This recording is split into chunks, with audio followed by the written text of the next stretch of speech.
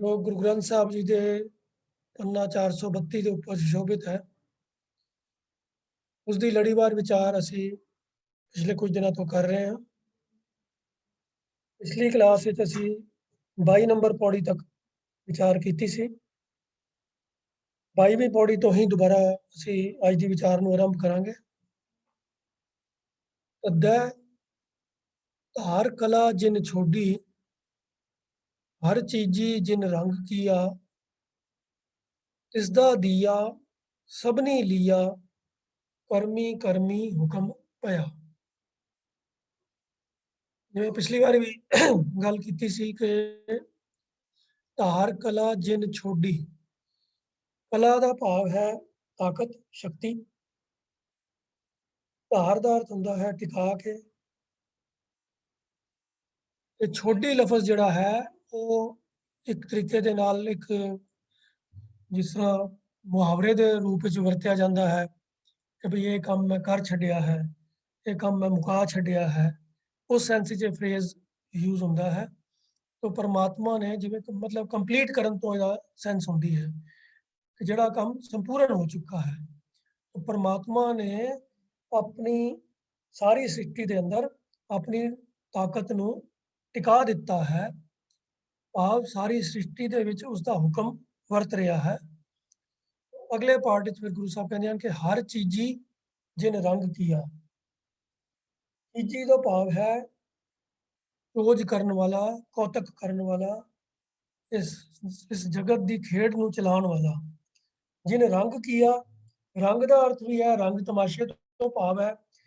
ਭਾਵ परमात्मा ने एक आश्चर्य हैरान कर देने वाली एक रचना रच ਦਿੱਤੀ है ਜਿਸ ਨੂੰ ਜਿੰਨਾ ਵੀ ਕੋਈ ਸਮਝਣ ਦਾ ਯਤਨ ਕਰਦਾ ਹੈ ਉਹਨੇ ਹੀ ਉਹ ਵਿਸਮਾਦ ਵਿੱਚ ਪਹੁੰਚ ਜਾਂਦਾ ਹੈ, ਹੈਰਾਨ ਹੋ ਜਾਂਦਾ ਹੈ ਕਿ ਕਿਸ ਹੱਦ ਤੱਕ परमात्मा ने आश्चर्य ਇਹ ਚੀਜ਼ਾਂ ਬਣਾ ਦਿੱਤੀਆਂ ਹਨ ਔਰ ਕਿਸ ਤਰ੍ਹਾਂ ਉਹਨਾਂ ਨੂੰ ਆਪਣੀ ਹੁਕਮ ਦੀ ਡੋਰੀ ਦੇ ਨਾਲ ਬੰਨ੍ਹ ਕੇ ਰੱਖਿਆ ਹੋਇਆ ਹੈ। ਹਰ ਚੀਜ਼ ਸਿਸਟਮ ਦੇ ਵਿੱਚ ਇੱਕ ਨਿਯਮ ਦੇ ਅਧੀਨ ਆਪੋ ਆਪਣੇ ਕੰਮ ਨੂੰ ਪੂਰਾ ਕਰ ਰਹੀ ਹੈ। तो उस सृष्टि ਦੇ ਜੋ ਨਿਜ਼ਾਮ ਹੈ, ਜੋ ਜਿਸ ਤਰੀਕੇ ਦੇ ਨਾਲ ਇਹ ਸਾਰੀ ਕੁਦਰਤ ਪਰਮਾਤਮਾ ਦੇ ਨਿਯਮਾਂ 'ਚ ਬੱਝੀ ਹੋਈ ਹੈ, ਉਸ ਨੂੰ ਡਿਸਕ੍ਰਾਈਬ ਕਰਦੀ ਹੋਈ ਇਹ ਪੰਕਤੀ ਵਿੱਚ ਗੁਰੂ ਸਾਹਿਬ ਕਹਿੰਦੇ ਹਨ ਕਿ ਧਾਰ ਕਲਾ ਜਿਨ ਛੋਡੀ ਹਰ ਚੀਜੀ ਜਿਨ ਰੰਗ ਕੀਆ। ਔਰ ਫਿਰ ਅੱਗੇ ਜੋ ਉਸਨੇ ਜੀਵਾਂ ਦੀ ਰਚਨਾ ਕੀਤੀ ਹੈ, ਸਾਰੀ ਸ੍ਰਿਸ਼ਟੀ 'ਚ ਇਨਸਾਨ ਔਰ ਜੀਵ ਜੰਤ ਪੈਦਾ ਕੀਤੇ ਹਨ ਔਰ ਫਿਰ ਉਹਨਾਂ ਨੂੰ ਸਭ ਨੂੰ ਜੋ ਦਾਤਾਂ ਦੇ ਰਿਹਾ ਹੈ, ਉਹਨਾਂ ਦੀ ਪ੍ਰਤਪਾਲਨਾ ਕਰਨ ਦਾ ਜੋ ਉਸਨੇ ਇੰਤਜ਼ਾਮ ਕੀਤਾ ਹੈ, ਉਸ ਦਾ ਵਰਣਨ ਕਰਦਿਆਂ ਹੋਇਆ ਅਗਲੀ ਪੰਕਤੀ 'ਚ ਗੁਰੂ ਸਾਹਿਬ ਫਰਮਾਉਂਦੇ ਹਨ ਕਿ ਤਿਸ ਦਾ ਦੀਆ सबने लिया करमी करमी हुक्म पिया। उस परमात्मा दियां दित्तियां होइयां दातां ही सब ने प्राप्त कीतियां हन, सब वरत रहे हैं। तिस दा दिया, तिस उस परमात्मा वास्ते रेफर कर रहा है। तिस दा दिया उस दियां दित्तियां होइयां दातां सब ने लिया, सब जीवां ने प्राप्त कीतियां हन। सब नूं परमात्मा दियां बख्शिशां दातां प्राप्त हुंदियां हन। करमी करमी हुक्म ਪਿਆ ਤੇ ਹਰੇਕ ਜੀਵ ਦੇ ਆਪੋ ਆਪਣੇ ਕੀਤੇ ਹੋਏ ਕਰਮਾਂ ਦੇ ਅਨੁਸਾਰ ਹੀ ਪ੍ਰਭੂ ਦਾ ਹੁਕਮ ਜਿਹੜਾ ਹੈ ਉਹ ਵਰਤ ਰਿਹਾ ਹੈ। ਜੋ ਕਰਮ ਕਰਦਾ ਹੈ ਇਨਸਾਨ, ਉਸ ਕਰਮ ਦਾ ਉਹਦੇ ਅੱਗੋਂ ਜੋ ਅਸਰ ਹੋਣਾ ਹੁੰਦਾ ਹੈ, ਜੋ ਫਲ ਹੋਣਾ ਹੁੰਦਾ ਹੈ, ਉਹ ਸਭ ਉਹਦੇ ਨਾਲ ਉਹ ਹੁਕਮ ਦੇ ਅੰਦਰ ਆਪੇ ਬੀਜ ਆਪੇ ਹੀ ਖਾਦ ਹੈ ਜੋ ਨਿਯਮ ਹੈ ਜਾਂ ਕਰਮੀ ਕਰਮੀ ਹੋਏ ਵਿਚਾਰ। तो जिस तो ये जो ਸੁਨੇਹਾ ਸਾਨੂੰ ਮਿਲ ਜਾਂਦਾ ਹੈ ਕਿ ਜੋ ਕੁਝ ਅਸੀਂ ਕਰਮ ਕਰਦੇ ਹਾਂ ਉਸ ਦਾ ਜੋ ਅਸਰ ਹੈ, ਜੋ ਫਲ ਹੈ, ਉਹ ਅੱਗੋਂ ਸਾਡੇ ਨਾਲ ਜੁੜਿਆ ਰਹਿੰਦਾ ਹੈ। ਹਰ ਜੀਵ ਨੇ ਆਪੋ ਆਪਣੇ ਕੀਤੇ ਹੋਏ ਕਰਮ ਦਾ ਫਲ ਆਪ ਪ੍ਰਾਪਤ ਕਰਨਾ ਹੈ। ਆਪ ਹੀ ਜੋ ਬੀਜਦਾ ਹੈ ਉਸਨੇ ਆਪ ਹੀ ਖਾਣਾ ਹੈ। ਸੋ ਇਹ ਬੜੇ ਸੰਖੇਪ ਜਿਹੇ ਅੱਖਰਾਂ ਦੇ ਲਫ਼ਜ਼ਾਂ ਦੇ ਅੰਦਰ ਗੁਰੂ ਸਾਹਿਬ ਨੇ ਜੋ ਇਹ ਸਿਧਾਂਤ ਦ੍ਰਿੜ ਕਰਵਾਇਆ ਹੈ ਕਿ ਤਿਸ ਦਾ ਦੀਆ ਸਭ ਨੇ ਲਿਆ ਕਰਮੀ ਕਰਮੀ हुक्म पिया। तो ये इस शब्द के अंदर, इस पौड़ी के अंदर गुरु नानक पातशाह ने सिद्धांत दृढ़ करवाया है कि परमात्मा की बख्शिशां है सब जीवां नूं प्राप्त होंदियां हन। कोई भावें परमात्मा की भगती करता है, भावें नहीं करता। ਕੋਈ ਉਸ ਦੀ ਹੋਂਦ ਨੂੰ ਮੰਨਦਾ ਹੈ ਕਿ ਨਹੀਂ ਮੰਨਦਾ। ਦਾਤਾਂ ਸਭ ਜੀਵਾਂ ਨੂੰ ਮਿਲਦੀਆਂ ਹਨ, ਪਰ ਜਿਸ ਮਕਸਦ ਵਾਸਤੇ ਪਰਮਾਤਮਾ ਨੇ ਮਨੁੱਖਾ ਜਨਮ ਦਿੱਤਾ ਹੈ, ਉਸ ਜਨਮ ਨੂੰ ਸਫਲਾ ਕਰਨ ਵਿੱਚ ਕਿੰਨੇ ਕੁ ਕਾਮਯਾਬ ਹੁੰਦੇ ਹਨ, ਇਹਦਾ ਨਿਬੇੜਾ ਉਹਨਾਂ ਜੀਵਾਂ ਦੇ ਕੀਤੇ ਹੋਏ ਕਰਮਾਂ ਦੇ ਆਧਾਰ ਦੇ ਉੱਤੇ ਹੀ ਪਰਮਾਤਮਾ ਦੀ ਰਜ਼ਾ ਦੇ, ਪਰਮਾਤਮਾ ਦੇ ਹੁਕਮਾਂ ਦੇ ਅਧੀਨ ਹੁੰਦਾ ਹੈ। ਸਭ ਜੀਵ ਉਹਦੇ ਹੁਕਮ ਦੇ ਅਧੀਨ ਹੀ ਹਨ। ਹੁਣ ਅਗਲੀ ਪੌੜੀ ਜੋ ਹੈ 23 ਨੰਬਰ, ਉਸ ਵਿੱਚ ਗੁਰੂ ਫਰਮਾ ਰਹੇ ਹਨ, ਨੰਨੇ ਨਾ ਭੋਗ ਨਿਤ ਭੋਗੈ, ਨਾ ਡੀਠਾ ਨਾ ਸੰਭਲਿਆ, ਗੱਲੀ ਹੋਂ ਸੁਹਾਗਨ ਭੈਣੇ, ਕੰਤ ਨ ਕਬਹੂ ਮੈਂ ਮਿਲਿਆ। ਨੰਨੇ ਅੱਖਰ ਦੇ ਰਾਹੀਂ ਹੁਣ ਗੁਰੂ ਸਾਹਿਬ ਫਰਮਾ ਰਹੇ ਹਨ ਕਿ ਨਾਹ ਭੋਗ ਨਿਤ ਭੋਗੈ। ਨਾਹ, ਨਾਹ ਦਾ ਅਰਥ ਹੁੰਦਾ ਹੈ ਖਸਮ, ਮਾਲਕ। ਇਸ ਦਾ ਓਰੀਜਨ ਜੋ ਹੈ ਉਹ ਨਾਥ ਲਫ਼ਜ਼ ਤੋਂ ਹੈ। ਨਾਥ ਤੋਂ ਹੀ ਲਫ਼ਜ਼ ਬਣਿਆ ਨਾਹ। ਨਾਥ ਦਾ ਮਤਲਬ ਹੀ ਮਾਲਕ ਹੁੰਦਾ ਹੈ। ਸਾਡੇ ਅੱਜ ਕੱਲ੍ਹ ਦੀ ਬੋਲੀ 'ਚ ਵੀ ਇਹ ਲਫ਼ਜ਼ ਆਮ ਪ੍ਰਚਲਿਤ ਹੈ, ਨਾਥ, ਜਿਹਦਾ ਅਰਥ ਹੈ ਮਾਲਕ। ਨਾਥ ਤੋਂ ਬਣਿਆ ਨਾਹ, ਨਾਹ ਦਾ ਅਰਥ ਵੀ ਹੈ ਖਸਮ ਜਾਂ ਮਾਲਕ। ਨਾਹ ਭੋਗ ਦਾ ਭਾਵ ਹੋ ਗਿਆ ਉਸ ਪਰਮਾਤਮਾ ਦੇ ਦਿੱਤੇ ਹੋਏ ਪਦਾਰਥ। ਰੈਫਰੈਂਸ ਉਹੀ ਹੈ ਜੋ ਪਿਛਲੀ ਪੌੜੀ 'ਚ ਆਇਆ ਹੈ ਕਿ ਕਿਸ ਦਾ ਦੀਆ ਸਭ ਨੇ ਲਿਆ, तो जो उसਦੀਆਂ ਦਿੱਤੀਆਂ ਹੋਈਆਂ ਦਾਤਾਂ। तो ਨਾਹ ਭੋਗ ਵੀ ਉਹ ਪਦਾਰਥ ਹਨ, ਉਹ ਬਖਸ਼ਿਸ਼ਾਂ ਹਨ ਜੋ ਪਰਮਾਤਮਾ ਵੱਲੋਂ ਸਭ ਜੀਵਾਂ ਨੂੰ ਪ੍ਰਾਪਤ ਹੁੰਦੀਆਂ ਹਨ। तो ਨਾਹ ਭੋਗ ਨਿਤ ਭੋਗੈ। ਹਰ ਜੀਵ ਜਿਹੜਾ ਹੈ ਉਹ ਪਰਮਾਤਮਾ ਦੇ ਦਿੱਤੇ ਹੋਏ ਪਦਾਰਥ ਹੀ ਭੋਗ ਰਿਹਾ ਹੈ। ਭੋਗ ਰਿਹਾ ਤੋਂ ਭਾਵ ਕੀ ਹੈ? ਵਰਤ ਰਿਹਾ ਹੈ, ਇਸਤੇਮਾਲ ਕਰ ਰਿਹਾ ਹੈ, ਉਹਨਾਂ ਨੂੰ ਯੂਟਿਲਾਈਜ਼ ਕਰ ਰਿਹਾ ਹੈ। तो ਭਾਵ ਕੀ ਹੈ ਕਿ ਜੋ ਪਰਮਾਤਮਾ ਦੀ ਦਿੱਤੀਆਂ ਹੋਈਆਂ ਦਾਤਾਂ ਹਨ, ਉਸ ਨੂੰ ਸਾਰੇ ਜੀਵ ਵਰਤ ਰਹੇ ਹਨ, ਪਰ ਇਸ ਦੇ ਬਾਵਜੂਦ ਬਹੁਤ ਵਿਰਲੇ ਹੀ ਹਨ ਜਿਹੜੇ ਉਹਦੀਆਂ ਦਾਤਾਂ ਨੂੰ ਵਰਤ ਕੇ ਉਸ ਦਾ ਸ਼ੁਕਰਾਨਾ ਕਰਦੇ ਹਨ, ਉਹਨੂੰ ਹਰ ਸਮੇਂ ਯਾਦ ਰੱਖਦੇ ਹਨ। ਬਹੁਤਾਤ ਐਸੀ ਦੁਨੀਆ ਵਿੱਚ ਹੈ ਜਿਹੜੇ ਇਹਨੂੰ ਆਪਣਾ ਸਧਾਰਨ ਜਿਹੀ ਗੱਲ ਸਮਝ ਕੇ, ਹੱਕ ਸਮਝ ਕੇ, ਬਈ ਇਹ ਕੁਝ ਤਾਂ ਸਾਨੂੰ ਮਿਲਣਾ ਹੀ ਮਿਲਣਾ ਹੈ, ਇਹਦੇ ਵਿੱਚ ਕਿਹੜੀ ਵੱਡੀ ਗੱਲ ਹੈ। ਜਿਹੜਾ ਵੀ ਜੀਵ ਜੰਮਿਆ ਹੈ ਉਹਨੂੰ ਖਾਣ ਖੁਰਾਕ ਮਿਲੇਗੀ, ਰਹਿਣ ਦੀ ਜਗ੍ਹਾ ਮਿਲੇਗੀ। ਤੋ ਜਿਸ ਤਰ੍ਹਾਂ ਸਵਾਸ ਹੁਣ ਸਾਨੂੰ ਅਸੀਂ ਲੈ ਰਹੇ ਹਾਂ, ਉਦੋਂ ਕੀਮਤ ਪਤਾ ਲੱਗਦੀ ਹੈ ਜਦੋਂ ਹੁਣ ਇਹ ਬਿਮਾਰੀ ਦੇ ਕਰਕੇ ਲੋਕਾਂ ਨੂੰ ਮੁਸੀਬਤ ਪੈ ਗਈ, ਵੀ ਸਾਹ ਲੈਣ ਵਾਸਤੇ ਆਕਸੀਜਨ ਹੀ ਨਹੀਂ ਮਿਲ ਰਹੀ। ਪਰ ਜਿੰਨੀ ਜ਼ਿੰਦਗੀ ਅਸੀਂ ਫ੍ਰੀ ਆਕਸੀਜਨ ਇਸਤੇਮਾਲ ਕਰਦੇ ਆਏ ਹਾਂ, ਕਦੀ ਚੇਤਾ ਹੀ ਨਹੀਂ ਆਇਆ ਕਿ ਇਹ ਇੰਤਜ਼ਾਮ ਕਿਹੜੇ ਸਿਲੰਡਰ ਦੇ ਰਾਹੀਂ ਹੋਇਆ ਹੈ, ਕਿਹੜੇ ਪਲਾਂਟ 'ਚੋਂ ਇਹ ਆਕਸੀਜਨ ਬਣ ਕੇ ਆਈ ਹੈ ਤੇ ਕਿੰਨੇ ਹਜ਼ਾਰ ਦੀ ਅਸੀਂ ਖਰੀਦੀ ਹੈ। ਉਦੋਂ ਕੋਈ ਧਿਆਨ ਨਹੀਂ ਕਿਸੇ ਨੂੰ ਆਉਂਦਾ ਕਿਉਂਕਿ ਸਭ ਕੁਝ ਫ੍ਰੀ 'ਚ ਮਿਲ ਰਿਹਾ ਸੀਗਾ। ਹੁਣ ਇਹ ਝਟਕਾ ਲੱਗਿਆ ਹੈ ਤੇ ਲੋਕਾਂ ਨੂੰ ਆਕਸੀਜਨ ਦੀ ਵੈਲਿਊ ਸਮਝ ਆਣੀ ਸ਼ੁਰੂ ਹੋਈ ਹੈ। तो उसे जो एटीट्यूड है ਜਿਹੜਾ ਕਿ ਟੇਕਨ ਫॉर ਗ੍ਰਾਂਟਡ ਅਸੀਂ ਲੈ ਲੈਂਦੇ ਹਾਂ ਕਿ ਇਹ ਤਾਂ ਸਾਨੂੰ ਮਿਲਣਾ ਹੀ ਮਿਲਣਾ ਹੈ।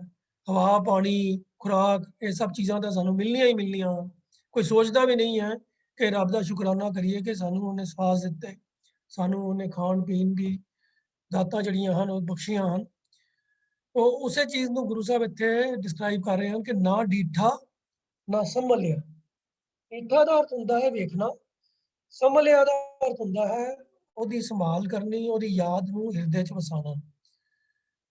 ਇਹ ਸਾਰੇ ਜੀਵ ਪਰਮਾਤਮਾ ਦੇ ਦਿੱਤੇ ਹੋਏ ਪਦਾਰਥਾਂ ਨੂੰ ਭੋਗ ਰਹੇ ਹਨ, ਵਰਤ ਰਹੇ ਹਨ, ਪਰ ਇਹ ਖਿਆਲ ਹੀ ਕਿਸੇ ਨੂੰ ਨਹੀਂ ਆਉਂਦਾ ਕਿ ਵੀ ਉਸ ਦੇਣ ਵਾਲੇ ਦਾ ਦੀਦਾਰ ਕਰਾਂ, ਮੈਂ ਉਸ ਦੇਣ ਵਾਲੇ ਨੂੰ ਚੇਤੇ 'ਚ ਰੱਖਾਂ, ਉਹਨੂੰ ਆਪਣੀ ਯਾਦ ਦੇ ਵਿੱਚ, ਆਪਣੇ ਧਿਆਨ ਦੇ ਵਿੱਚ, ਆਪਣੇ ਚੇਤੇ ਦੇ ਵਿੱਚ ਉਹਨੂੰ ਲਿਆਵਾਂ, ਉਹਦੀ ਸੰਭਾਲ ਕਰਾਂ। ਇਹ ਵਿਚਾਰ ਕਿਸੇ ਵਿਰਲੇ ਦੇ ਮਨ ਵਿੱਚ ਹੀ ਆਉਂਦਾ ਹੈ। ਨਾ ਡੀਠਾ ਨਾ ਸੰਭਲਿਆ, ਨਾ ਹੀ ਮੈਂ ਉਹਦੇ ਕੁਦਰਤ ਦੇ ਵਿੱਚੋਂ ਦੀਦਾਰ ਕੀਤੇ। ਉਹ ਪਰਮਾਤਮਾ ਜੋ ਇਸਨੇ ਆਪਣੇ ਆਪ ਨੂੰ ਸਾਰੀ ਕੁਦਰਤ ਦੇ ਵਿੱਚ ਟਿਕਾ ਕੇ ਰੱਖਿਆ ਹੋਇਆ ਹੈ, ਉਹਦੀ ਹੋਂਦ ਨੂੰ ਮੈਂ ਮਹਿਸੂਸ ਹੀ ਨਹੀਂ ਕੀਤਾ। ਦੁਨੀਆ ਦੇ ਪਦਾਰਥ ਤੇ ਮੈਂ ਭੋਗੀ ਜਾ ਰਿਹਾ ਹਾਂ, ਜਿੰਨੇ ਦੁਨੀਆ ਦੇ ਅੰਦਰ ਪਦਾਰਥ ਨੇ, ਹੋਰ ਆਰਾਮ ਦੇ ਸਾਧਨ ਨੇ, ਉਹ ਚੀਜ਼ਾਂ ਮੈਂ ਵਰਤ ਰਿਹਾ ਹਾਂ। ਪੇੜ ਪੌਦੇ ਨੇ, ਉਹਨਾਂ ਤੋਂ ਮੈਂ ਫਲ ਵੀ ਲੈ ਰਿਹਾ ਹਾਂ, ਹੋਰ ਬਨਸਪਤੀ ਹੈ, ਸਬਜ਼ੀਆਂ, ਹੋਰ ਖਾਣ ਦੇ ਜ਼ਮੀਨ ਦੇ ਵਿੱਚੋਂ ਪਦਾਰਥ ਜੋ ਪੈਦਾ ਹੋ ਰਹੇ ਹਨ, ਉਹ ਸਭ ਮੈਂ ਵਰਤ ਰਿਹਾ ਹਾਂ। ਪਰ ਇਹ ਸਾਰੇ ਕੁਦਰਤ ਦੇ ਅੰਦਰ ਜੋ ਕਾਦਰ ਨੇ ਨਿਯਮ ਬਣਾਏ ਹਨ, ਜੋ ਇਹ ਸਾਰੀ ਚੀਜ਼ਾਂ ਦਾ ਇੱਕ ਜੋ ਸਿਸਟਮ ਉਹਨੇ ਬਣਾ ਦਿੱਤਾ ਹੈ, ਜਿਸ ਅਧੀਨ ਇਹ ਸਾਰੇ ਚੀਜ਼ਾਂ ਸਾਨੂੰ ਪ੍ਰਾਪਤ ਹੋ ਰਹੀਆਂ ਹਨ, ਉਹਦੇ ਵਿੱਚੋਂ ਉਸ ਕਾਦਰ ਦੀ ਹੋਂਦ ਨੂੰ ਕਿਸੇ ਨੇ ਕਦੀ ਮਹਿਸੂਸ ਹੀ ਨਹੀਂ ਕੀਤਾ। ਤਾਂ ਗੁਰੂ ਸਾਹਿਬ ਕਹਿੰਦੇ ਹਨ ਕਿ ਨਾ ਡੀਠਾ ਨਾ ਸੰਭਲਿਆ, ਨਾ ਉਸ ਪ੍ਰਮਾਤਮਾ ਦੇ ਇਸ ਉਹਦੀ ਕੁਦਰਤ ਦੇ ਵਿੱਚੋਂ ਕਾਦਰ ਦਾ ਉਸ ਕੁਦਰਤ ਦੇ ਵਿੱਚੋਂ ਦੀਦਾਰ ਨਹੀਂ ਕੀਤਾ, ਨਾ ਹੀ ਉਹਦੀ ਯਾਦ ਨੂੰ ਆਪਣੇ ਚੇਤੇ ਵਿੱਚ ਲਿਆਂਦਾ, ਨਾ ਸੰਭਲਿਆ, ਉਹਨੂੰ ਆਪਣੇ ਹਿਰਦੇ ਵਿੱਚ ਉਹਦੀ ਸੰਭਾਲ ਨਹੀਂ ਕੀਤੀ, ਉਹਨੂੰ ਚੇਤੇ ਨਹੀਂ ਕੀਤਾ।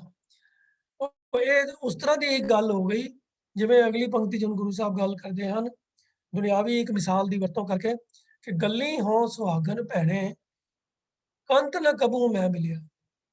ਇਹ ਗੱਲਾਂ ਦੇ ਵਿੱਚ ਤਾਂ ਮੈਂ ਬੜੀ ਆਪਣੇ ਆਪ ਨੂੰ ਨਾ ਸੁਹਾਗਣ ਮੰਨਦੀ ਹਾਂ, ਪਰ ਅਸਲੀਅਤ ਤਾਂ ਇਹ ਵੇ ਕਿ ਵੀ ਮੇਰਾ ਤੇ ਕੰਤ ਦਾ ਮੇਰੇ ਪਤੀ ਦਾ ਕਦੀ ਮੇਲ ਤਾਂ ਹੋਇਆ ਹੀ ਨਹੀਂ। ਇਹ ਹੁਣ ਇੱਕ ਦੁਨਿਆਵੀ ਮਿਸਾਲ ਲੈ ਕੇ ਗੁਰੂ ਸਾਹਿਬ ਨੇ ਇਹ ਗੱਲ ਨੂੰ ਅਜੀ ਬੜੇ ਅਸਚਰਜ ਤਰੀਕੇ ਦੇ ਨਾਲ ਸਾਡੇ ਅੱਗੇ ਇਹ ਸਿਧਾਂਤ ਜਿਹੜਾ ਹੈ, ਜੋ ਸਾਡੀ ਅਵਸਥਾ ਹੈ, ਉਹ ਪ੍ਰਗਟ ਕਰ ਰਹੇ ਹਨ ਕਿ ਜਿਵੇਂ ਕੋਈ ਵਿਆਹਤਾ ਇਸਤਰੀ ਹੋਵੇ ਔਰ ਉਹ ਸਾਰੇ ਹਾਰ ਸ਼ਿੰਗਾਰ ਕਰੇ, ਜੋ ਵੀ ਉਸ ਵਕਤ ਦੇ ਸਮਾਜ ਦੀਆਂ ਸਮਝੋ ਮਰਿਆਦਾਵਾਂ ਹੋਣ, ਜੋ ਸਿਸਟਮ ਬਣੇ ਹੋਏ ਹੋਣ, ਜਿਵੇਂ ਭਾਰਤੀ ਸਮਾਜ ਦੇ ਅੰਦਰ ਬਹੁਤਾਤ ਮੈਜੋਰਟੀ ਜਿਹੜੀਆਂ ਇਸਤਰੀਆਂ ਨੇ ਵਿਆਹੀਆਂ ਹੋਈਆਂ, ਖਾਸ ਤੌਰ ਤੇ ਜਿਹੜੇ ਹਿੰਦੂ ਪਰਿਵਾਰਾਂ 'ਚ ਬਿਲੋਂਗ ਕਰਦੀਆਂ ਨੇ, ਉਹ ਆਪਣੀ ਮਾਂਗ 'ਚ ਸੰਧੂਰ ਭਰਦੀਆਂ ਨੇ, ਲਾਲ ਰੰਗ ਦਾ ਚੂੜਾ ਪਾ ਕੇ ਰੱਖਦੀਆਂ ਨੇ, ਗਲੇ 'ਚ ਮੰਗਲ ਸੂਤਰ ਪਾ ਕੇ ਰੱਖਦੀਆਂ ਨੇ। ਇਹ ਸਭ ਨਿਸ਼ਾਨੀਆਂ ਹੁੰਦੀਆਂ ਨੇ ਵੀ ਕਿ ਇਹ ਸੁਹਾਗਣਾ ਨੇ, ਇਹ ਵਿਆਹੀਆਂ ਹੋਈਆਂ ਨੇ, ਇਹਨਾਂ ਦਾ ਪਤੀ ਇਹਨਾਂ ਦੇ ਨਾਲ ਵਸਦਾ ਹੈ। ਇਹ ਸਾਰੇ ਸਿੰਬਲ ਨੇ ਉਦੋਂ ਸੁਹਾਗਣ ਦੇ। ਤੇ ਕੋਈ ਇਸਤਰੀ ਇਹ ਸਾਰੇ ਸਿੰਬਲ ਤਾਂ ਧਾਰਨ ਕਰੀ ਰੱਖੇ, ਆਪਣਾ ਪੂਰਾ ਹਾਰ ਸ਼ਿੰਗਾਰ ਵੀ ਉਸ ਤਰ੍ਹਾਂ ਦਾ ਕਰੇ ਜਿਵੇਂ ਸੁਹਾਗਣਾ ਕਰਦੀਆਂ ਨੇ, ਤੇ ਪਤੀ ਉਹਦੇ ਨਾਲ ਰਹਿੰਦਾ ਹੀ ਨਾ ਹੋਵੇ, ਤੇ ਫਿਰ ਆਂਢ ਗੁਆਂਢ ਨੂੰ ਹੌਲੀ-ਹੌਲੀ ਪਤਾ ਤਾਂ ਲੱਗਣਾ ਸ਼ੁਰੂ ਹੋ ਹੀ ਜਾਂਦਾ ਹੈ ਕਿ ਬਈ ਇਹਨਾਂ ਦੇ ਕੁਝ ਗੜਬੜ ਹੈ, ਇਹਨਾਂ ਦੀ ਬਣਦੀ ਨਹੀਂ ਆਪਸ ਵਿੱਚ। ਤਾਂ ਉਹ ਫਿਰ ਸਮਾਜ ਦੇ ਵਿੱਚ ਉਹਦੇ ਬਾਰੇ ਜੋ ਇੰਪ੍ਰੈਸ਼ਨ ਹੈ, ਜੋ ਉਹਦੀ ਰੈਪੂਟੇਸ਼ਨ ਹੈ, ਉਹ ਉਹਦੇ 'ਚ ਵਿਗਾੜ ਆ ਜਾਂਦਾ, ਉਹ ਮਾੜੀ ਹੋ ਜਾਂਦੀ ਹੈ। ਤਾਂ ਫਿਰ ਉਹ ਜੇ ਉਹਦੇ ਬਾਰੇ ਕੋਈ ਰੈਫਰ ਵੀ ਕਰਦਾ ਨਾ, ਤੇ ਉਹ ਫਿਰ ਇਹੀ ਕਿਹਾ ਜਾਂਦਾ ਉਹ ਤੇ ਗੱਲਾਂ-ਗੱਲਾਂ ਦੀ ਸੁਹਾਗਣ ਹੈ ਕੋਈ ਨਹੀਂ ਹੈ। ਪਤੀ ਤਾਂ ਉਹਦੇ ਨਾਲ ਰਹਿੰਦਾ ਹੀ ਨਹੀਂਗਾ।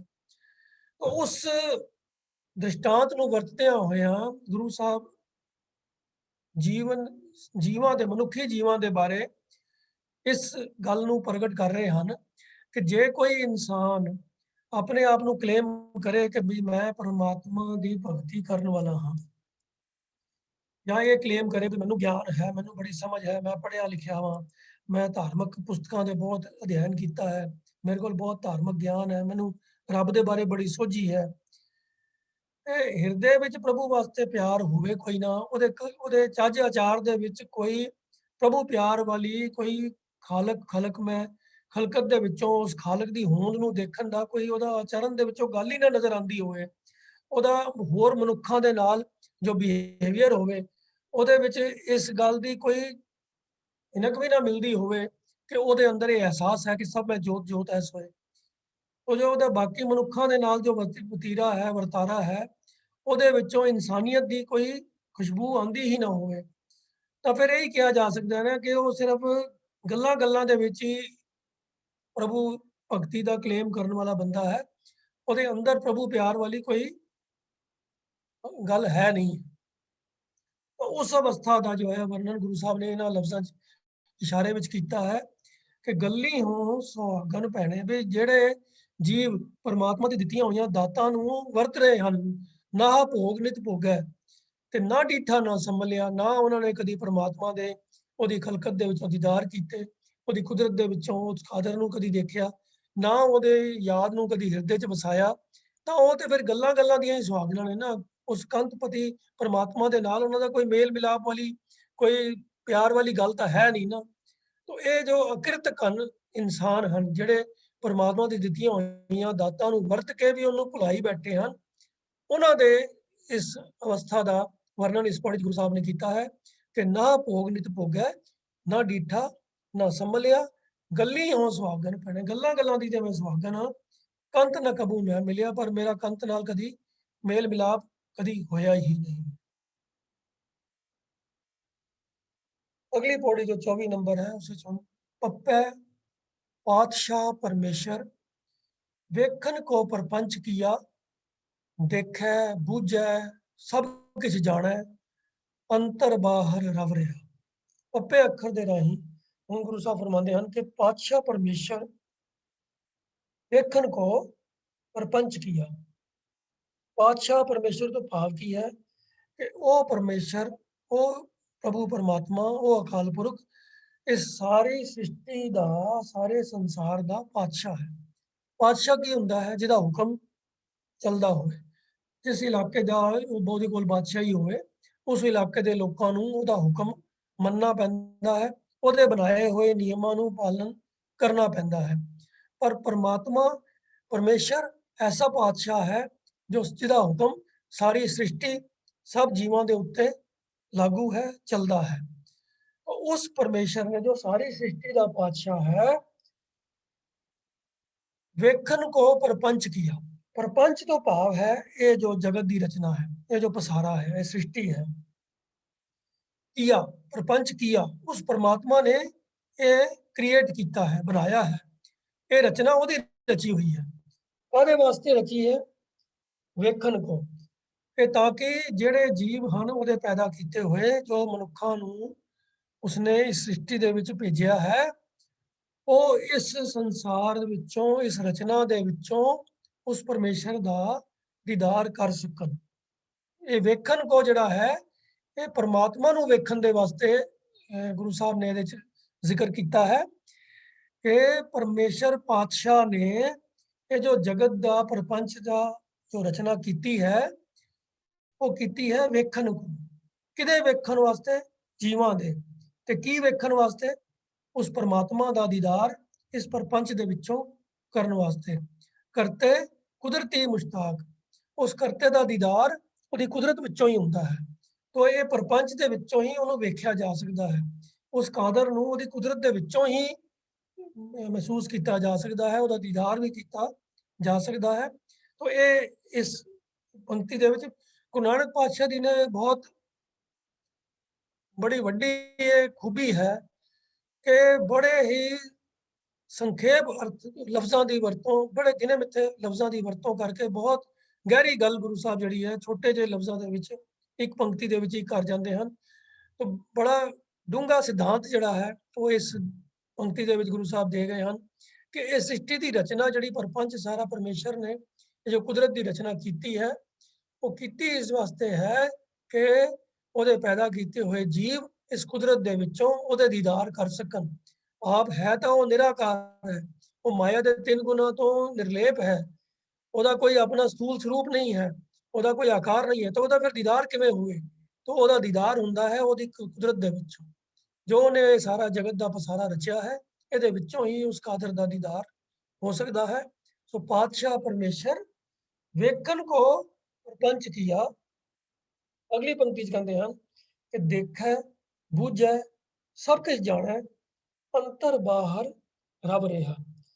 ਔਰ ਉਸ ਪਰਮਾਤਮਾ ਦੀ ਉਹ ਹੁਣ ਵਡਿਆਈ ਕਰਦਿਆਂ ਹੋਇਆ ਕਹਿੰਦੇ ਹਨ ਕਿ ਉਸ ਪਰਮਾਤਮਾ ਨੇ ਇਹ ਪ੍ਰਪੰਚ ਕਰਕੇ ਤੇ ਇਹ ਨਹੀਂ ਵੀ ਛੱਡ ਦਿੱਤਾ, ਉਹਨੇ ਆਪਣੇ ਆਪ ਨੂੰ ਇਹਦੇ ਅੰਦਰ ਟਿਕਾਇਆ ਹੋਇਆ ਹੈ। ਫਿਰ ਨਿਰਾ ਇਹ ਨਹੀਂ ਹੈ ਕਿ ਵੀ ਟਿਕਾ ਕੇ ਸਮਝੋ ਵੀ ਆਪਣੇ ਆਪ ਨੂੰ ਤੇ ਬਹਿ ਗਿਆ ਤੇ ਸੌ ਗਿਆ, ਆਰਾਮ ਕਰ ਰਿਹਾ ਵੇ। ਉਹਨੂੰ ਕੋਈ 6 ਦਿਨਾਂ ਬਾਅਦ 7ਵੇਂ ਦਿਨ ਆਰਾਮ ਕਰਨ ਦੀ ਲੋੜ ਨਹੀਂ ਹੈ ਕਿ ਵੀ ਪਹਿਲੇ ਦਿਨ ਉਹਨੇ ਪਹਾੜ ਬਣਾਏ, ਦੂਜੇ ਦਿਨ ਦਰਿਆ ਬਣਾਏ, ਤੀਜੇ ਦਿਨ ਫਲਾਣੀ ਚੀਜ਼ ਬਣਾਈ, ਫਿਰ ਉਹਨੇ ਬੰਦਾ ਬਣਾਇਆ ਤੇ ਫਿਰ ਉਹਨੇ 7ਵੇਂ ਦਿਨ ਆਰਾਮ ਕੀਤਾ। ਐਸਾ ਕੋਈ ਕਨਸੈਪਟ ਗੁਰਮਤਿ ਵਿੱਚ ਗੁਰੂ ਸਾਹਿਬ ਨੇ ਨਹੀਂ ਦਿੱਤਾ।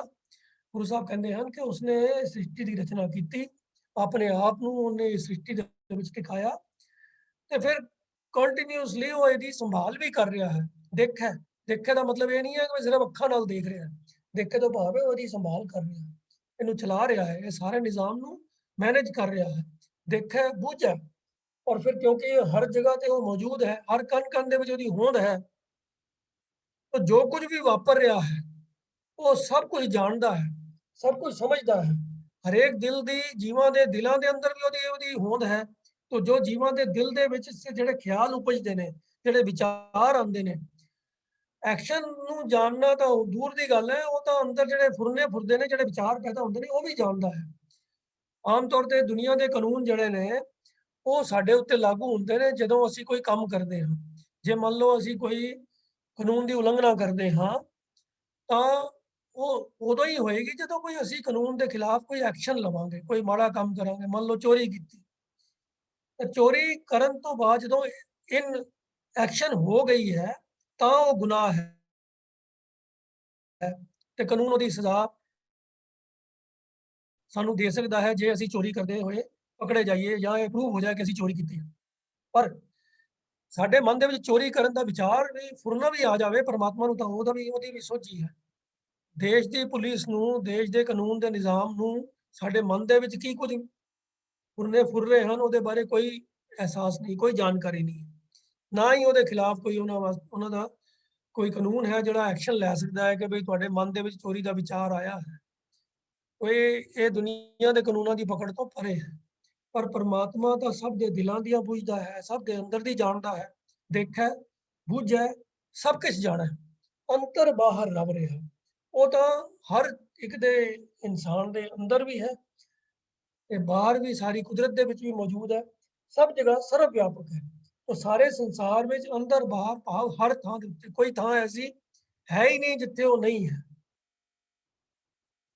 ਇੱਕ ਸਾਖੀ ਵੀ ਅਸੀਂ ਪਿਛਲੇ ਕੁਝ ਦਿਨਾਂ ਪਹਿਲੇ ਸ਼ੇਅਰ ਵੀ ਕੀਤੀ ਸੀ ਕਿ ਬਈ ਉਹ ਕਿਸੇ ਫਕੀਰ ਨੇ ਆਪਣੇ ਚੇਲੇ ਦਾ ਟੈਸਟ ਲੈਣ ਵਾਸਤੇ ਉਹਨੂੰ ਕਿਹਾ ਵੀ ਇਹ ਮੁਰਗਾ ਹਲਾਲ ਕਰਕੇ ਲਿਆ ਵੀ ਜਿੱਥੇ ਕੋਈ ਵੇਖੇ ਨਾ। ਉਹਦੇ ਬਾਕੀ ਦੇ ਪਹਿਲੇ ਚੇਲੇ ਤਾਂ ਆਪਣੇ ਵੱਲੋਂ ਸਿਆਣੇ ਬਣ ਕੇ ਤੇ ਮੁਰਗਾ ਹਲਾਲ ਕਰਕੇ ਲੈ ਆਏ ਕਿ ਬਈ ਅਸੀਂ ਤੇ ਐਸੀ ਜਗ੍ਹਾ ਤੇ ਕਰਕੇ ਆਏ ਜਿੱਥੇ ਕਿਸੇ ਨੇ ਨਹੀਂ ਸਾਨੂੰ ਵੇਖਿਆ। ਪਰ ਫਾਈਨਲੀ ਇੱਕ ਚੇਲਾ ਐਸਾ ਸੀਗਾ ਜਿਹੜਾ ਮੁਰਗੇ ਨੂੰ ਮਾਰੇ ਬਿਨਾਂ ਹੀ ਹੱਥ 'ਚ ਫੜ ਕੇ ਵਾਪਸ ਆ ਗਿਆ। ਸਾਰਾ ਦਿਨ ਕਹਿੰਦਾ ਮੈਂ ਤੇ ਖੱਜਲ ਖੁਆਰ ਹੁੰਦਾ ਰਿਹਾ, ਮੈਂ ਮੁਰਗੇ ਨੂੰ ਹਲਾਲ ਨਹੀਂ ਕਰ ਸਕਿਆ ਕਿਉਂਕਿ ਕਿਧਰੇ ਨਾ ਕਿਧਰੇ ਕੋਈ ਨਾ ਕੋਈ ਤਾਂ ਵੇਖਦਾ ਸੀਗਾ। ਜਿੱਥੇ ਕੋਈ ਨਹੀਂ ਸੀ ਵੇਖਦਾ ਉੱਥੇ ਮੁਰਗਾ ਮੈਨੂੰ ਵੇਖ ਰਿਹਾ ਸੀਗਾ। ਫਿਰ ਮੈਂ ਉਹਦੀ ਅੱਖਾਂ ਤੇ ਪੱਟੀ ਬੰਨੀ ਤੇ ਫਿਰ ਮੈਂ ਆਪਣੀ ਅੱਖਾਂ ਤੇ ਪੱਟੀ ਬੰਨੀ ਕਿ ਮੈਂ ਤਾਂ ਵੇਖ ਰਿਹਾ। ਪਰ ਉਸਦੇ ਬਾਅਦ ਵੀ ਫਿਰ ਮੈਨੂੰ ਖਿਆਲ ਆਇਆ ਕਿ ਮੁਰਗਾ ਨਹੀਂ ਵੇਖ ਰਿਹਾ, ਮੈਂ ਨਹੀਂ ਵੇਖ ਰਿਹਾ, ਪਰ ਅੱਲਾ ਤਾਂ ਸਭ ਜਗ੍ਹਾ ਵੇਖ ਰਿਹਾ ਹੈ, ਤਾਂ ਮੈਂ ਨਹੀਂ ਇਹਨੂੰ ਮਾਰ ਸਕਿਆ। ਤਾਂ ਉਸ ਕਹਾਣੀ ਤੋਂ ਵੀ ਸਾਨੂੰ ਮੈਸੇਜ ਇਹੀ ਮਿਲਦਾ ਹੈ ਕਿ ਪਰਮਾਤਮਾ ਤਾਂ ਸਭ ਜਗ੍ਹਾ ਤੇ ਵੇਖ ਰਿਹਾ ਹੈ, ਸਿਰਫ ਜਗ੍ਹਾ ਤੇ ਵੀ ਨਹੀਂ ਵੇਖ ਰਿਹਾ, ਸਾਡੇ ਅੰਦਰੋਂ ਵੀ ਸਾਨੂੰ ਵੇਖ ਰਿਹਾ ਹੈ। ਅੰਤਰ ਬਾਹਰ ਰਵ ਰਿਹਾ, ਦੇਖੈ ਪੂਜੈ ਸਭ ਕੁਝ ਜਾਣੈ, ਅੰਤਰ ਬਾਹਰ ਰਵ ਰਿਹਾ। तो वो पातशाह परमेश्वर ऐसा अचरज खेड उसने बनाया है कि सृष्टि की रचना की है, अपने आप ਨੂੰ ਉਹਨੇ ਸ੍ਰਿਸ਼ਟੀ ਵਿੱਚ ਦਿਖਾ ਦਿੱਤਾ ਹੈ।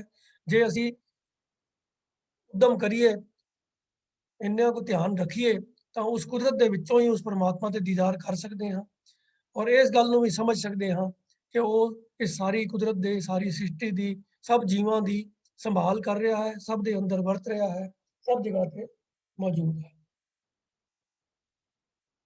ਅਗਲੀ ਪੌੜੀ ਜੋ ਹੈ ਨੰਬਰ 25, ਉਹਦੇ ਵਿੱਚ ਹੁਣ ਗੁਰੂ ਸਾਹਿਬ ਫਰਮਾਉਂਦੇ ਹਨ, ਫੱਫੈ ਫਾਹੀ ਸਭ ਜਗ ਫਾਸਾ, ਜਮ ਕੈ ਸੰਗਲ ਬੰਦ ਲਿਆ, ਗੁਰ ਪ੍ਰਸਾਦੀ ਸੇ ਨਰ ਉਬਰੇ, ਜੇ ਹਰ ਸਰਨਾਗਤ ਭਜ ਪਿਆ।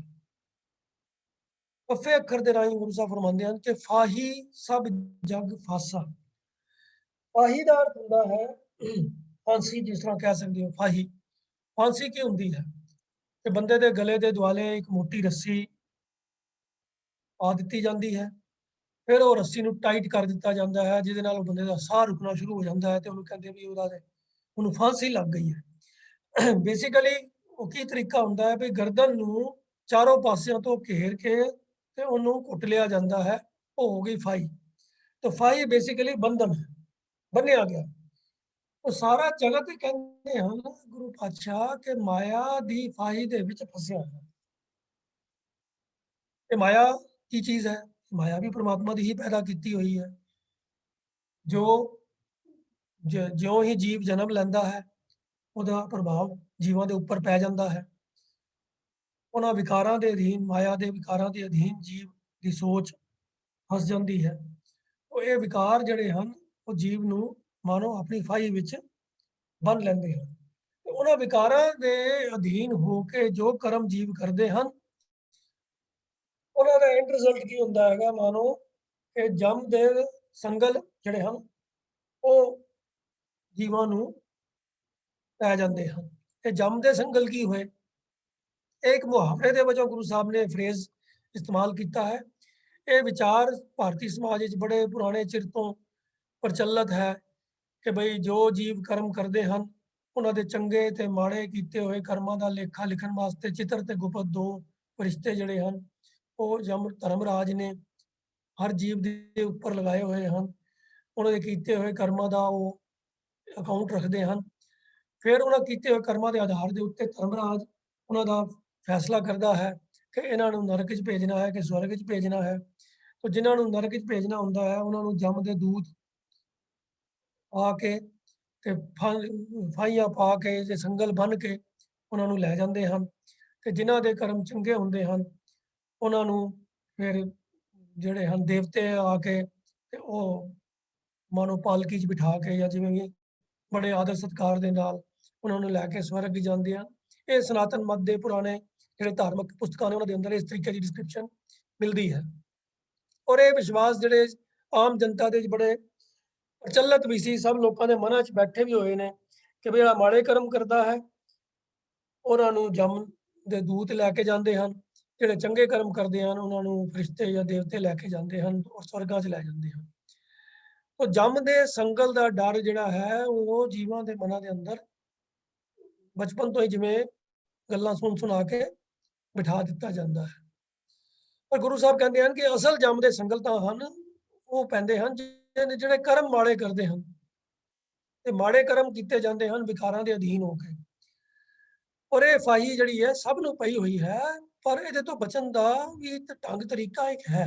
ਐਸਾ ਨਹੀਂ ਹੈ ਵੀ ਇਹਨਾਂ ਵਿਕਾਰਾਂ ਦੇ ਜਿਹੜੇ ਸੰਗਲ ਨੇ, ਜਿਹੜੀ ਫਾਹੀ ਹੈ, ਇਹਦੇ ਤੋਂ ਬਚਿਆ ਨਹੀਂ ਜਾ ਸਕਦਾ। ਉਹ ਅਗਲੀ ਪੰਕਤੀ 'ਚ ਗੁਰੂ ਸਾਹਿਬ ਨੇ ਗੱਲ ਸਪਸ਼ਟ ਕੀਤੀ ਹੈ ਕਿ ਗੁਰ ਪ੍ਰਸਾਦੀ ਸੇ ਨਰ ਉਬਰੇ ਜੇ ਹਰ ਸ਼ਰਨਾਗਤ ਭਜ ਪਿਆ। ਇਹ ਤਾਂ ਠੀਕ ਹੈ ਕਿ ਪਰਮਾਤਮਾ ਦੀ ਪੈਦਾ ਕੀਤੀ ਹੋਈ ਮਾਇਆ ਦਾ ਪ੍ਰਭਾਵ ਸਭ ਜੀਵਾਂ ਦੇ ਉੱਪਰ ਪੈਂਦਾ ਹੈ। ਜਿਹੜੇ ਜੀਵ ਉਸ ਮਾਇਆ ਦੇ ਵਿੱਚ ਖਚਤ ਰਹਿੰਦੇ ਹਨ ਉਹ ਵਿਕਾਰਾਂ ਦੇ ਅਧੀਨ ਹੋ ਕੇ ਜੀਵਨ ਦੇ ਅੰਦਰ ਮਾੜੇ ਕਰਮ ਕਰਦੇ ਹਨ। ਮਾੜੇ ਕਰਮਾਂ ਦੇ ਫਲ ਦੇ ਵਜੋਂ ਜਿਹੜੇ ਹਨ ਉਹਨਾਂ ਨੂੰ ਉਹ ਮਾੜੇ ਕੀਤੇ ਕਰਮਾਂ ਦਾ ਫਲ ਭੁਗਤਣਾ ਪੈਂਦਾ ਹੈ, ਜਿਹਨੂੰ ਕਿ ਜਮ ਦੇ ਸੰਗਲ ਦੀ ਸੰਗਿਆ ਦਿੱਤੀ ਗਈ ਹੈ। ਮਾਨੋ ਉਹਦੇ ਅੰਦਰ ਉਹ ਬੱਝੇ ਰਹਿੰਦੇ ਹਨ, ਉਹਦੇ ਮਾੜੇ ਕੀਤੇ ਕਰਮਾਂ ਦਾ ਉਹਨਾਂ ਨੂੰ ਫਲ ਭੁਗਤਣਾ ਪੈਂਦਾ ਹੈ। ਪਰ ਬਚਾਅ ਦਾ ਢੰਗ ਕੀ ਹੈ? ਗੁਰ ਪ੍ਰਸਾਦੀ ਸੇ ਨਰ ਉਬਰੇ। ਗੁਰ ਪ੍ਰਸਾਦੀ ਗੁਰੂ ਦੀ ਕਿਰਪਾ ਦੁਆਰਾ ਜਿਹੜੇ ਜੀਵ ਗੁਰੂ ਦੀ ਸੰਗਤ ਵਿੱਚ ਆ ਜਾਂਦੇ ਹਨ, ਗੁਰੂ ਦੀ ਸ਼ਰਨ ਵਿੱਚ ਪੈ ਜਾਂਦੇ ਹਨ, ਗੁਰੂ ਉਹਨਾਂ ਨੂੰ ਸਹੀ ਜੀਵਨ ਦਾ ਮਾਰਗ ਸਮਝਾਉਂਦਾ ਹੈ। ਮਾਇਆ ਦੇ ਪ੍ਰਭਾਵ ਤੋਂ ਕਿਵੇਂ ਉੱਚੇ ਉੱਠਣਾ ਹੈ, ਕਿਵੇਂ ਮਾਇਆ ਦੇ ਪ੍ਰਭਾਵ ਤੋਂ ਆਪਣੇ ਆਪ ਨੂੰ ਬਚਾਉਣਾ ਹੈ, ਉਹ ਜਾਂਚ ਗੁਰੂ ਸਿਖਾਉਂਦਾ ਹੈ, ਮਾਰਗਦਰਸ਼ਨ ਕਰਦਾ ਹੈ। ਤੇ ਫਿਰ ਗੁਰੂ ਦੀ ਕਿਰਪਾ ਦੁਆਰਾ ਐਸੇ ਇਨਸਾਨ ਮਾਇਆ ਤੋਂ ਉੱਚੇ ਉੱਠ ਜਾਂਦੇ ਹਨ। ਸੇ ਨਰ ਉਬਰੇ, ਉਬਰੇ ਤੋਂ ਭਾਵ ਹੈ ਉੱਚੇ ਉੱਠ ਜਾਂਦੇ ਹਨ। तो ऐसे इंसान ਜਿਹੜੇ ਗੁਰੂ ਦੀ ਸ਼ਰਨ ਵਿੱਚ ਆ ਜਾਂਦੇ ਹਨ ਉਹ ਮਾਇਆ ਦੇ ਪ੍ਰਭਾਵ ਤੋਂ ਉੱਚੇ ਉੱਠ ਜਾਂਦੇ ਹਨ। ਪਰ ਉਹ ਕਿਸ ਤਰ੍ਹਾਂ ਉੱਠਦੇ ਹਨ? ਉਹ ਜੀਵਨ ਜਾਂਚ ਕੀ ਹੈ? ਉਹ ਗੁਰੂ ਕਿਰਪਾ ਕਰਕੇ ਜੋ ਉਹਨਾਂ ਨੂੰ ਰਾਹ ਦੱਸਦਾ ਹੈ ਕਿ ਜੇ ਹਰ ਸਰਨਾਗਤ ਭੱਜ ਪਿਆ, ਉਹੀ ਨਰ ਉੱਭਰਦੇ ਹਨ ਜਿਹੜੇ ਹਰੀ ਦੀ ਸ਼ਰਨ ਦੇ ਵਿੱਚ ਭੱਜ ਕੇ ਪੈ ਜਾਂਦੇ ਹਨ। ਭਾਵ ਮਾਇਆ ਦੇ ਵਿੱਚ ਖਚਤ ਨਾ ਹੋ ਕੇ, ਮਾਇਆ ਦੇ ਨਾਲ ਪਿਆਰ ਨਾ ਪਾ ਕੇ परमात्मा की शरण जड़े ले लेंदे हैं। तो परमात्मा की शरण लैन तो भाव की है? ये गुरु सिक्ख्या यही दिंदा है कि माया के प्रभाव तो बचन का ढंग है प्रभु परमात्मा के नाल प्यार पाना, ਉਹਦੀ ਸਿਫਤ ਸਲਾਹ ਦੇ ਨਾਲ ਜੁੜਨਾ, ਉਹਦੇ ਗੁਣਾਂ ਦਾ ਗਾਇਨ ਕਰਨਾ। परमात्मा के गुणों का गायन करांगे, परमात्मा की सिफत सलाह करांगे ਤੇ ਮਨ ਦੇ ਵਿੱਚ ਮਾਇਆ ਦਾ ਪਿਆਰ ਘਟਦਾ ਜਾਏਗਾ, ਪ੍ਰਭੂ ਨਾਲ ਪਿਆਰ ਪੈਂਦਾ ਜਾਏਗਾ। ਮਾਇਆ ਦੇ ਪਿਆਰ ਤੋਂ ਬਚਾਂਗੇ ਤੇ ਮਾਇਆ ਦੇ ਪ੍ਰਭਾਵ ਤੋਂ ਵੀ ਬਚ ਜਾਵਾਂਗੇ। तो ਪਿਆਰ ਪ੍ਰਭੂ ਨਾਲ ਪਏਗਾ ਤੇ ਪ੍ਰਭੂ ਦੇ ਨਾਲ ਪਿਆਰ ਦਾ ਰਿਸ਼ਤਾ, ਉਹਦੇ ਨਾਲ ਨੇੜਤਾ ਸਾਡੀ ਵੱਧਦੀ ਜਾਏਗੀ। तो ਇਹ ਹਰੀ ਦੀ ਸ਼ਰਨ ਵਿੱਚ ਪੈਣਾ ਹੈ। ਹਰੀ ਦੀ ਸ਼ਰਨ ਵਿੱਚ ਪੈਣਾ, ਪ੍ਰਭੂ ਦੇ ਗੁਣ ਗਾਣੇ। ਅਲੱਗ-ਅਲੱਗ ਤਰੀਕਿਆਂ ਦੇ ਨਾਲ ਗੁਰੂ ਸਾਹਿਬਾਨ ਨੇ ਅਲੱਗ-ਅਲੱਗ ਸ਼ਬਦਾਵਲੀ ਵਰਤ ਕੇ ਇਸੇ ਹੀ ਸਿਧਾਂਤ ਨੂੰ ਬਾਰ-ਬਾਰ ਸਾਨੂੰ ਗੁਰਬਾਣੀ ਦ੍ਰਿੜ ਕਰਵਾਇਆ ਹੈ। ਔਰ ਇਹ ਵੀ ਗੱਲ ਸਮਝਾਈ ਹੈ ਕਿ ਇਸ ਮਨੁੱਖਾ ਜੀਵਨ ਦਾ ਮਨੋਰਥ ਹੀ ਇਹ ਹੈ ਕਿ ਪ੍ਰਭੂ ਦੇ ਗੁਣ ਗਾਣੇ।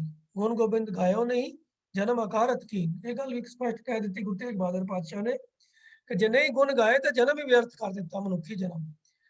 ਤੋ ਇਸੇ ਗੱਲ ਨੂੰ ਇੱਥੇ ਗੁਰੂ ਸਾਹਿਬ ਸਮਝਾ ਰਹੇ ਹਨ ਕਿ ਗੁਰੂ ਪ੍ਰਸਾਦੀ ਸੇ ਨਰ ਉਬਰੇ ਜੇ ਹਰ ਸ਼ਰਨਾਗਤ ਭੱਜ ਪਿਆ। ਜਿਹੜੇ ਹਰੀ ਦੀ ਸ਼ਰਨ ਵਿੱਚ ਭੱਜ ਕੇ ਪੈ ਗਏ ਹਨ। ਭੱਜ ਕੇ ਪੈ ਗਏ ਮਤਲਬ ਮਾਇਆ ਨੂੰ ਛੱਡ ਕੇ, ਮਾਇਆ ਵੱਲੋਂ ਦੀ ਆਪਣਾ ਧਿਆਨ ਹਟਾ ਕੇ, ਜਿਨ੍ਹਾਂ ਨੇ ਪ੍ਰਭੂ ਦੇ ਨਾਲ ਪਿਆਰ ਦਾ ਰਿਸ਼ਤਾ ਪਾ ਲਿਆ ਹੈ, ਜਿਹੜੇ ਪ੍ਰਭੂ ਦੇ ਅੱਗੇ ਸ਼ਰਨ ਵਿੱਚ ਪੈ ਕੇ ਉਹਦੇ ਅੱਗੇ ਬੇਨਤੀ ਕਰਦੇ ਹਨ ਕਿ हे ਪ੍ਰਭੂ ਤੂੰ ਹੀ ਸਾਨੂੰ ਬਖਸ਼ਿਸ਼ ਕਰ, ਸਾਨੂੰ ਮਾਇਆ ਦੇ ਪ੍ਰਭਾਵ ਤੋਂ ਬਚਾ ਕੇ ਆਪਣੀ ਸ਼ਰਨ ਵਿੱਚ ਲੈ ਲੈ। ਤਾਂ ਪ੍ਰਭੂ ਦਿਆਲ ਹੈ, ਉਹ ਸ਼ਰਨ ਵਿੱਚ ਆਏ ਹੋਏ ਜੋ ਸ਼ਰਨ ਆਵੇ ਤਿਸ ਕੰਠ ਲਾਵੇ। ਇਹ ਬਿਰਧ ਸੁਆਮੀ ਸੰਦਾ, ਇਹ ਮਾਲਕ ਦਾ ਬਿਰਧ ਹੈ, ਉਹਦਾ ਸੁਭਾਅ ਹੀ ਹੈ ਕਿ ਜਿਹੜਾ ਉਹਦੀ ਸ਼ਰਨ ਵਿੱਚ ਆਉਂਦਾ ਹੈ ਪ੍ਰਭੂ ਆਪ ਉਹਨੂੰ ਆਪਣੇ ਨਾਲ ਮੇਲ ਲੈਂਦਾ ਹੈ, ਆਪਣੇ ਗਲੇ ਨਾਲ ਲਗਾ ਲੈਂਦਾ ਹੈ। ਉਹ ਜਿਹਦਾ ਪ੍ਰਭੂ ਨਾਲ ਮਿਲ ਗਿਆ, ਮਾਇਆ ਉਹਦਾ ਕੁਝ ਵਿਗਾੜ ਨਹੀਂ ਸਕਦੀ, ਉਹਦੇ ਤੇ ਆਪਣਾ ਪ੍ਰਭਾਵ ਪਾ ਹੀ ਨਹੀਂ ਸਕਦੀ। ਉਹ ਇਹ ਤਰੀਕਾ ਗੁਰੂ ਸਾਹਿਬ ਨੇ ਸਮਝਾਇਆ ਕਿ ਹੈ ਤਾਂ ਮਾਇਆ 'ਚ ਜਗਤ ਦਾ ਪ੍ਰਭਾਵ, ਜਗਤ ਦੇ ਵਿੱਚ ਮਾਇਆ ਦਾ ਪ੍ਰਭਾਵ ਸਭ ਜੀਵਾਂ ਦੇ ਉੱਤੇ ਹੈ। ਫਾਹੀ ਸਭ ਜਗ ਫਾਸਾ, ਜਮ ਕੇ ਸੰਗਲ ਬੰਦ ਲਿਆ, ਪਰ ਗੁਰ ਪ੍ਰਸਾਦੀ ਸੇਧ ਉਭਰੇ, ਜੇ ਹਰ ਸ਼ਰਨਾਗਤ ਅੱਜ ਪਿਆ। ਅਗਲੀ ਪੌੜੀ ਜੋ 26 ਨੰਬਰ ਹੈ, ਉਸਦੇ ਵਿੱਚ ਹੁਣ ਗੁਰੂ ਸਾਹਿਬ ਫਰਮਾਉਂਦੇ ਹਨ, ਬੱਬਾ ਬਾਜੀ ਖੇਲਣ ਲਾਗਾ, ਚੌਪੜ ਕੀਤੇ ਚਾਰ ਜੁਗਾ, ਜੀ ਜੰਤ ਸਭ ਸਾਰੀ ਕੀਤੇ, ਪਾਸਾ ਢਲਨ ਆਪ ਲਗਾ। ਇਸ ਦੇ ਅੰਦਰ ਹੁਣ ਗੁਰੂ ਸਾਹਿਬ ਨੇ ਜੋ ਸ਼ਤਰੰਜ ਦੀ ਖੇਡ ਹੈ ਉਹਦਾ ਦ੍ਰਿਸ਼ਟਾਂਤ ਦਿੱਤਾ ਹੈ। ਸ਼ਬਦਾਵਲੀ ਵੀ ਸਾਰੀ ਉਹੀ ਵਰਤੀ ਹੈ, ਜਿਹਨੂੰ ਸ਼ਤਰੰਜ ਦਾ ਪੁਰਾਣਾ ਰੂਪ ਹੈ ਅਸਲ ਵਿੱਚ, ਜੋ ਹਿੰਦੁਸਤਾਨ ਵਿੱਚ ਜਿਹਨੂੰ ਚੌਪੜ ਦੀ ਖੇਡ ਕਹਿੰਦੇ ਸਨ। ਚੌਪੜ ਦੀ ਖੇਡ ਜਿਹੜੀ ਜਿਨ੍ਹਾਂ ਲੋਕਾਂ ਨੇ ਮਹਾਭਾਰਤ ਸੀਰੀਅਲ ਦੇਖਿਆ, ਉਹਦੇ ਵਿੱਚ ਉਹਨਾਂ ਨੇ ਚੌਪੜ ਦੀ ਖੇਡ ਕੌਰਵਾਂ ਤੇ ਪਾਂਡਵਾਂ ਦੇ ਵਿੱਚ ਖੇਡੀ ਜਾਂਦੀ ਸੀ, ਉਹ ਜ਼ਰੂਰ ਦੇਖੀ ਹੋਏਗੀ। ਉਹ ਇੱਕ ਤਰੀਕੇ ਨਾਲ ਚਾਰ ਜਿਹੜੇ ਡਾਇਰੈਕਸ਼ਨ ਦੇ ਵਿੱਚ, ਜਿਸ ਤਰ੍ਹਾਂ ਪਲੱਸ ਦਾ ਸਾਈਨ ਹੁੰਦਾ ਹੈ, ਉਸ ਤਰੀਕੇ ਦੇ ਨਾਲ ਉਹ ਚਾਰ ਹਿੱਸੇ ਬਣ ਜਾਂਦੇ ਹਨ। ਉਸ ਤਰੀਕੇ ਦਾ ਇਹ ਕੱਪੜੇ ਦਾ ਤਰੀਕਾ ਹੁੰਦਾ ਹੈ ਜਿਹੜਾ ਉਸ ਗੇਮ ਦੇ ਵਿੱਚ ਵਿਛਾਇਆ ਜਾਂਦਾ ਹੈ। ਉਹਦੇ ਉੱਤੇ ਫਿਰ ਗੀਟੀਆਂ, ਜਿਨ੍ਹਾਂ ਨੂੰ ਨਰਦਾ ਕਹਿੰਦੇ ਹਨ, ਜਾਂ ਜਿਨ੍ਹਾਂ ਨੂੰ ਇੱਥੇ ਪੁਰਾਣੀ ਬੋਲੀ ਦੇ ਅਨੁਸਾਰ ਸਾਰੀ ਕਰਕੇ ਆਖਿਆ ਗਿਆ ਹੈ। ਸਾਰ ਵੀ ਕਹਿੰਦੇ ਹਨ, ਨਰਦਾ ਵੀ ਕਹਿੰਦੇ ਹਨ। ਅੱਜ ਕੱਲ੍ਹ ਅਸੀਂ ਲਫ਼ਜ਼ ਗੀਟੀਆਂ ਵਰਤ ਲੈਂਦੇ ਹਾਂ। ਉਹ ਗੀਟੀਆਂ ਉਹਦੇ ਉੱਤੇ ਰੱਖੀਆਂ ਜਾਂਦੀਆਂ ਹਨ। ਫਿਰ ਪਾਸਾ ਹੁੰਦਾ ਹੈ, ਜਿਹੜੇ ਅਸੀਂ ਜਿਨ੍ਹਾਂ ਨੂੰ ਗੀਟੇ ਕਹਿੰਦੇ ਹਾਂ, ਡਾਈਸ, ਇੰਗਲਿਸ਼ ਵਿੱਚ ਡਾਈ ਕਹਿੰਦੇ ਹਨ। ਦਾਣੇ ਵੀ ਕਿਹਾ ਜਾਂਦਾ ਹੈ। ਜਿਸ ਤਰ੍ਹਾਂ ਲੂਡੋ ਖੇਡਦੇ ਹਾਂ ਜਾਂ ਕੋਈ ਹੋਰ ਗੇਮ ਖੇਡਦੇ ਹਾਂ ਜਿਨ੍ਹਾਂ 'ਚ ਦਾਣੇ ਦੀ ਵਰਤੋਂ ਕੀਤੀ ਜਾਂਦੀ ਹੈ। ਤਾਂ ਅੱਜ ਕੱਲ੍ਹ ਤਾਂ ਜਿਹੜੇ ਦਾਣੇ ਅਸੀਂ ਵਰਤਦੇ ਹਾਂ ਉਹ ਕਿਊਬਿਕਲ ਸ਼ੇਪ ਦੇ ਹੁੰਦੇ ਹਨ, 6 ਪਾਸੇ ਹੁੰਦੇ ਹਨ, 1 ਤੋਂ ਲੈ ਕੇ 6 ਤੱਕ ਉਹਨਾਂ ਦੇ ਉੱਤੇ ਅਲੱਗ-ਅਲੱਗ ਸਾਈਡਾਂ ਤੇ ਡਾਟ ਲੱਗੀਆਂ ਹੁੰਦੀਆਂ ਨੇ। ਉਹਦੇ ਮੁਤਾਬਕ ਹੀ ਉਹ ਪਲੇ ਦੇ ਅੰਦਰ ਉਹ ਕਾਊਂਟ ਗਿਣਿਆ ਜਾਂਦਾ ਹੈ। ਉਹ ਪੁਰਾਣੇ ਜ਼ਮਾਨੇ ਦੇ ਅੰਦਰ ਜਿਹੜੇ ਪਾਸੇ ਹੁੰਦੇ ਸਨ ਉਹ ਕੋਈ 4 ਪਾਸਿਆਂ ਵਾਲੇ ਹੁੰਦੇ ਸੀਗੇ ਜਾਂ 6 ਵਾਲੇ ਵੀ ਹੁੰਦੇ ਸੀਗੇ। ਤੇ ਜਿਹੜਾ ਚੌੜਾਈ ਦੇ ਵਿੱਚ ਜੋ ਤਕਰੀਬਨ 1 ਉਂਗਲ ਲੰਬਾ ਹੁੰਦਾ ਸੀਗਾ, ਚੌੜਾਈ ਵਿੱਚ ਛੋਟਾ ਹੁੰਦਾ ਸੀਗਾ ਔਰ 1 ਉਂਗਲ ਦੇ ਕਰੀਬ ਲੰਬਾ ਹੁੰਦਾ ਸੀਗਾ। तो ਇਹਦੇ ਪਾਸੇ ਵੀ ਸਾਈਡਾਂ ਦੇ ਉੱਤੇ ਬਿੰਦੀਆਂ ਲਗਾ ਕੇ, ਜਿਵੇਂ ਦਾਣਿਆਂ ਦੇ ਉੱਤੇ ਲੱਗੀਆਂ ਹੁੰਦੀਆਂ ਨੇ ਉਵੇਂ ਹੀ ਬਿੰਦੀਆਂ ਲੱਗੀਆਂ ਹੁੰਦੀਆਂ ਸਨ। ਇਹ ਗੇਮ ਦੇ ਵਿੱਚ ਕਦੇ ਕਿਸੇ ਵਿੱਚ 1 ਤੇ ਕਿਸੇ ਵਿੱਚ 2 ਦੀ ਵਰਤੋਂ ਕੀਤੀ ਜਾਂਦੀ ਸੀ। ਜਿਵੇਂ ਲੂਡੋ ਦੇ ਵਿੱਚ ਵੀ ਅਸੀਂ ਕਈ ਵਾਰੀ ਇੱਕੋ ਹੀ ਦਾਣਾ ਵਰਤਦੇ ਹਾਂ, ਕਦੀ 2 ਵੀ ਵਰਤ ਲੈਂਦੇ ਹਾਂ। तो 1 ਤੋਂ ਲੈ ਕੇ 6 ਤੱਕ ਜਾਂ 1 ਤੋਂ ਲੈ ਕੇ 12 ਤੱਕ ਦਾ ਟੋਟਲ ਕਾਊਂਟ ਜਿਹੜਾ ਹੈ ਉਹ ਗੇਮ ਵਿੱਚ ਉਹਨਾਂ ਦੇ ਉਸ ਤਰ੍ਹਾਂ ਵਰਤੋਂ ਜਾਂਦਾ ਹੈ। तो वो चीज है। सो बाजी हो गई गेम, बाजी खेलन लगा, चौपड़ कीते चार जुगा। वो 4 डायरेक्शंस वाला, 4 हिस्सियां वाला जो गेम ਦਾ ਜੋ ਕਪੜਾ ਹੈ, ਗੁਰੂ ਸਾਹਿਬ ਕਹਿੰਦੇ ਹਨ ਕਿ ਉਹ ਪਰਮਾਤਮਾ ਨੇ ਇਹ ਜਗਤ ਸ੍ਰਿਸ਼ਟੀ ਦੀ ਗੇਮ ਇਸ ਤਰੀਕੇ ਦੀ ਬਣਾਈ ਹੈ, ਇਹ ਖੇਡ ਇਸ ਤਰੀਕੇ ਦੀ ਸੈੱਟ ਕੀਤੀ ਹੈ ਕਿ 4 ਜੁਗਾਂ ਦੀ ਚੌਪੜ ਮਾਨੋ ਉਹਨੇ ਸੈੱਟ ਕਰ ਦਿੱਤੀ ਹੈ। ਇਹ ਸਮੇਂ ਦੀ ਵੰਡ ਕਰਕੇ ਇਹ 4 ਜੁਗਾਂ ਦੇ ਵਿੱਚ ਮਾਨੋ ਇਹ ਚੌਪੜ ਵਿਛਾ ਦਿੱਤੀ ਹੈ। ਇਹ ਸਾਰੇ ਸਮੇਂ ਦੇ ਅੰਦਰ ਇਹ ਗੇਮ ਜਿਹੜੀ ਹੈ ਉਹਦੀ ਪਰਮਾਤਮਾ ਦੀ ਚੱਲ ਰਹੀ ਹੈ। ਤੇ ਇਸ ਚੌਪੜ ਦੇ ਉੱਤੇ ਜਿਹੜਾ ਕਪੜਾ ਉਹਨੇ ਜੁਗਾਂ ਦਾ ਵਿਛਾਇਆ ਹੈ, ਇਹਦੇ ਅੰਦਰ ਜਿਹੜੇ ਜੀਵ ਬਾਰ-ਬਾਰ ਪੈਦਾ ਹੋ ਰਹੇ ਹਨ, ਜੰਮ ਰਹੇ ਹਨ, ਮਰ ਰਹੇ ਹਨ, ਇਹ ਜੀ ਜੰਤ ਸਭ ਸਾਰੀ ਕੀਤੇ। ਜੀਵ ਜੰਤੂਆਂ ਦੀਆਂ ਉਹਨੇ ਗੀਟੀਆਂ ਬਣਾ ਦਿੱਤੀਆਂ ਹਨ। ਚੌਪੜ ਦੀ ਖੇਡ ਵਿੱਚ ਗੀਟੀਆਂ ਨਾਲ ਕੀ ਹੁੰਦਾ ਹੈ ਕਿ ਜਿਉਂ-ਜਿਉਂ ਦਾਣੇ ਖੇਡੇ ਜਾਂਦੇ ਹਨ, ਜਿਹੋ ਜਿਹਾ ਨੰਬਰ ਆਉਂਦਾ ਹੈ ਉਹਦੇ ਮੁਤਾਬਕ ਉਹਨਾਂ ਦੀ ਚਾਲ ਚੱਲੀ ਜਾਂਦੀ ਹੈ। ਤੇ ਜਿਹੜੀ ਗੀਟੀ ਆਪਣੇ ਹੋਮ ਵਾਲੇ ਖਾਨੇ ਤੱਕ ਪਹੁੰਚ ਜਾਂਦੀ ਹੈ ਤਾਂ ਕਹਿੰਦੇ ਹਨ ਵੀ ਇਹ ਗੀਟੀ ਪੁੱਗ ਗਈ ਹੈ। ਜਿਵੇਂ ਸੱਪ ਸੀੜੀ ਵਾਲੀ ਲੂਡੋ ਹੈ, ਜਿਹੜਾ 100 ਤੱਕ ਪਹੁੰਚ ਜਾਂਦੀ ਗੀਟੀ ਉਹ ਕਹਿੰਦੇ ਹਨ ਪੁੱਗ ਗਈ। ਜਿਹੜੀ ਰਾਹ ਵਿੱਚ ਕਿਸੇ ਸੱਪ ਨੇ ਡਸ ਲਈ ਜਾਂ ਕਿਸੇ ਪਿੱਛੇ ਰਹਿ ਗਈ, ਪੂਰੇ 100 ਤੱਕ ਨਹੀਂ ਪਹੁੰਚ ਸਕੀ, ਤਾਂ ਉਹ ਅਜੇ ਪੁੱਗੀ ਨਹੀਂ ਹੁੰਦੀ, ਉਹ ਅਜੇ ਰਾਹ ਵਿੱਚ ਹੀ ਰਹਿ ਜਾਂਦੀ ਹੈ, ਇਨਕੰਪਲੀਟ ਰਹਿ ਜਾਂਦੀ ਹੈ। ਇਸੇ ਤਰ੍ਹਾਂ ਹੀ ਜਿਹੜੀ 4 ਸਕੁਅਰ ਵਾਲੀ ਲੂਡੋ ਹੁੰਦੀ ਹੈ ਉਹਦੇ ਵਿੱਚ ਵੀ ਜਿਹੜਾ ਇੱਕ ਹੋਮ ਵਾਲਾ ਜਾਂ ਖਾਨਾ ਹੁੰਦਾ, ਜਿਹੜੀ ਗੀਟੀ ਉੱਥੇ ਹੋਮ 'ਚ ਪਹੁੰਚ ਜਾਂਦੀ ਹੈ, ਉਹ ਪੁੱਗ ਜਾਂਦੀ ਹੈ। ਤੋ ਇਸੇ ਚੌਪੜ ਦੀ ਖੇਡ ਵਿੱਚ ਵੀ ਪਰਮਾਤਮਾ ਨੇ ਜੀਵ ਜਨਤਾ ਦੀਆਂ ਗੀਟੀਆਂ ਬਣਾਈਆਂ ਹਨ। ਤੋ ਇਹਨਾਂ ਵਿੱਚੋਂ ਵੀ ਕੁਝ ਗੀਟੀਆਂ ਪੁੱਗ ਜਾਂਦੀਆਂ ਹਨ, ਕੁਝ ਰਹਿ ਜਾਂਦੀਆਂ ਹਨ।